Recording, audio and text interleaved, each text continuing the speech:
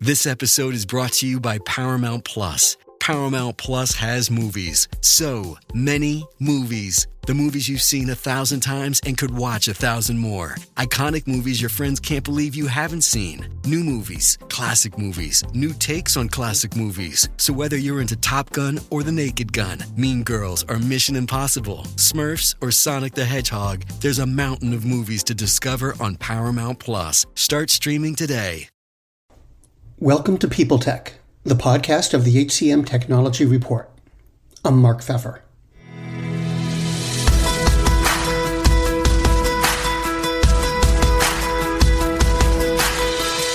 Today we're talking to Laura Lee Gentry, the Chief People Officer at Enboarder. They provide what they call a people activation platform, which creates talent solutions that match the employee's journey. We'll explore the importance of connection, communication, and how businesses succeed in the age of COVID, all on this edition of People Tech. Laura Lee Gentry, thanks for being here. Can you first tell me about Enboarder? What does it do? So Enboarder is a software platform that is the first ever people activation platform. It's designed to allow organizations to create and deliver human-centric experiences throughout the entire employee lifecycle. So the way we think about it is, we're living in an experience era and employee expectations are higher than ever. So at each stage in the employee journey, companies have an opportunity to develop highly engaged, long-term, passionate employees. But in order to achieve this, human connection can't be left to occur naturally in an organization. So we actually architect those experiences and allow companies in a very easy user interface to kind of almost create a drag and drop below the line and above the line experience for their people. And that can be applied to any employee experience while they're at the company. Onboarding is our first example, but we use it for learning and development, offboarding, diversity, inclusion, performance management, et cetera. Does that make sense? Yeah, it does. But I wonder if you could give me a little bit more detail on how it works. I mean, you talked about architecting experience, I think you called it. You're talking about drag and drop. Can you just sort of tell me what the whole experience is? So let me think if I can give you an explicit example. Let's use onboarding. I'm onboarding 3 people over the next 2 weeks. I'm in this up to my neck. So we have template libraries, and ours is already templated, right? But I can go into that library and I can say, okay, wow, the day that they sign their offer letter, I want them to get a text from me saying how excited we are about them coming to the company. And then they're going to start to get a series of prompts that I have, again, dragged and dropped into my experience to say, wow, Mark, what's your go-to cocktail of choice? What is at 3 p.m. when you need a munchie? What is it? And we start to have dialogue with them, and we start to or let's take a video and answer these 3 or 4 questions that can tell us more about yourself. And that information starts coming in, and we'll use that to share that with their teammates. So their teammates can be like, wow, that's my favorite television show too. Or I like, a Diet Coke and fresh nuts at 3:00 in the afternoon. Let's do that together. So those are little examples that we would also pull in learning experiences, learning paths for their role, any compliance training that has to be handled from a security standpoint. So essentially, I'm creating for their first 2 weeks, for their first 30 days, for their first 90 days, lots of human-centric experiences and interactions, as well as check-ins on how the process is going. Did they get their IT equipment on time? All that sort of stuff. And all that has prompts behind the scenes so that nothing gets dropped. Now, do you use this in-house? Yeah, very much so.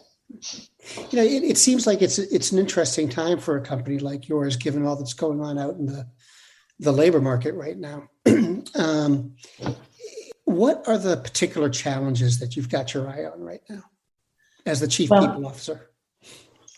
So there are a few now. And again, I joined in October of last year.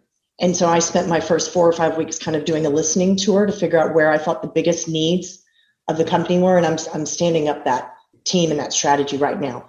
But obviously, biggest challenge is recruiting and retaining our people.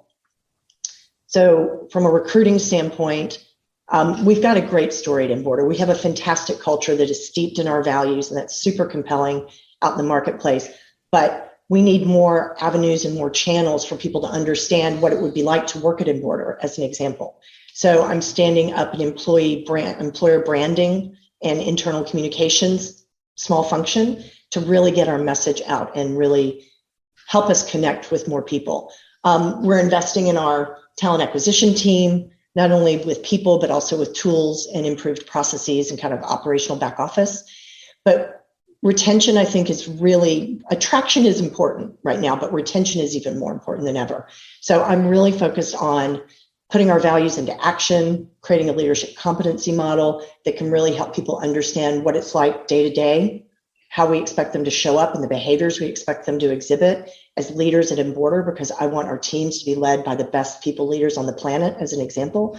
We're investing in a lot of our culture work, really articulating our culture and helping people understand so we can attract the people who, as Simon Sinek says, believe what we believe. So investing a lot in culture and in reinforcing that culture through our values in action, and really telling our story in a more compelling and articulate way. Faith in the news media has been challenged, making it even harder to get stories told. The Friday Reporter podcast was created to help audiences better understand the media by hosting journalists who will answer the questions to which we need answers. Join me every Friday to hear more. The last 2 years or so have obviously been kind of wacky from a business perspective and an HR perspective. How has it changed your approach to dealing with people issues, but also is it driving any kind of change within Enboarder and other companies in your space to handle their workforce differently?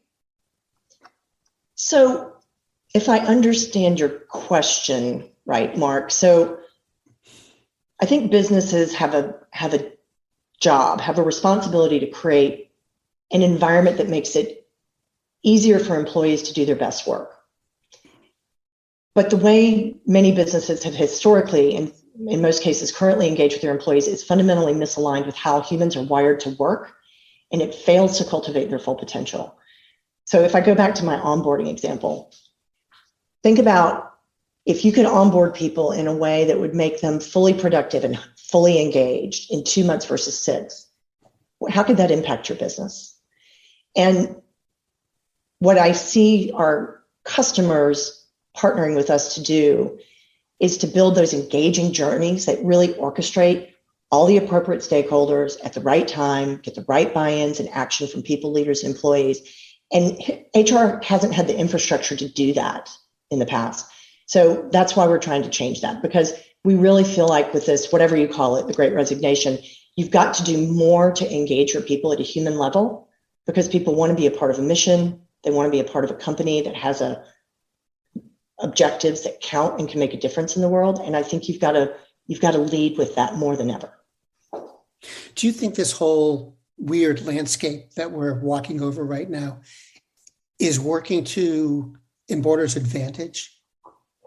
100%. It's as if every day the headlines are our best marketing, honestly.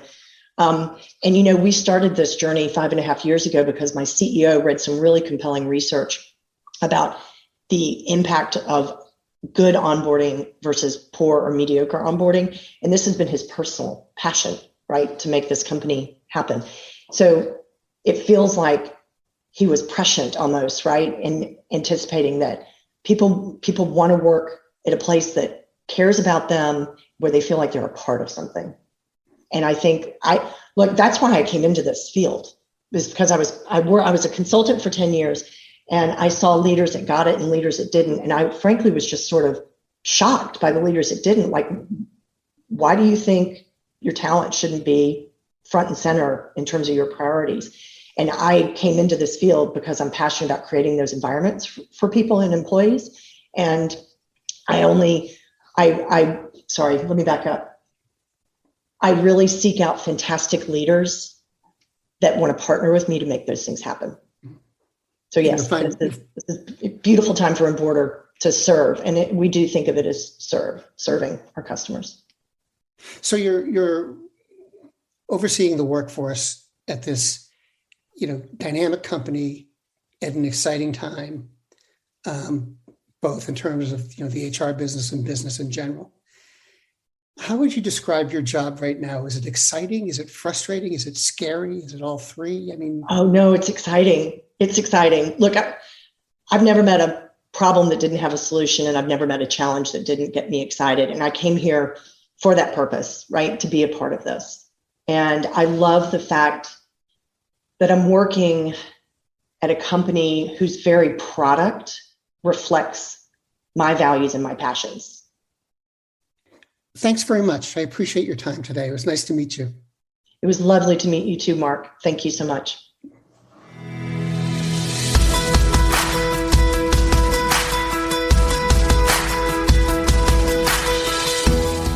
My guest today has been Laura Lee Gentry, the Chief People Officer at Enboarder.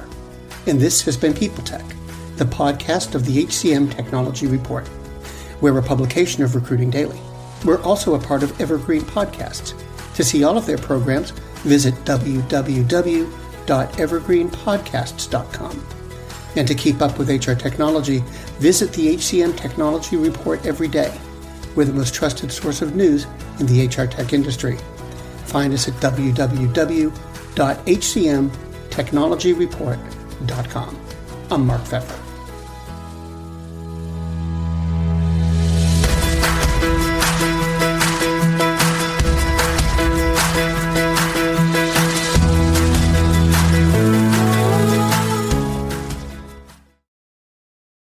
Welcome to Don't Retire, Graduate, the podcast that asks you what you want to be when you grow up so you can graduate into retirement with a purpose and a passion, whether you're 25, 85, or any age in between. Gain actionable financial and mindset tips from your favorite authors, podcasters, and influencers to help you reach that exciting next chapter. Listen now and start building your path to financial freedom and reframing what retirement can mean to you.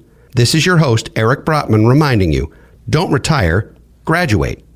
The world's best-known investor and Wall Street expert Warren Buffett once said, "Wall Street is the only place that people ride to in a Rolls-Royce to get advice from those who take the subway." Mr. Buffett's quote is remarkably accurate, but how many people would rather receive advice from him than someone simply guessing? Welcome to Buy, Hold, Sell, your single source for Wall Street knowledge and profitable guidance. Please join me, Todd Schoenberger, and fellow trader Tobin Smith, as well as host Veronica Dudo, for a podcast known to move the needle for investors. Tobin and I are seasoned Wall Street executives with deep investment experience, and we are prepared to share our advice to those who choose to listen. Download Buy, Hold, Sell today on the Evergreen Podcast Network or your favorite podcast channel.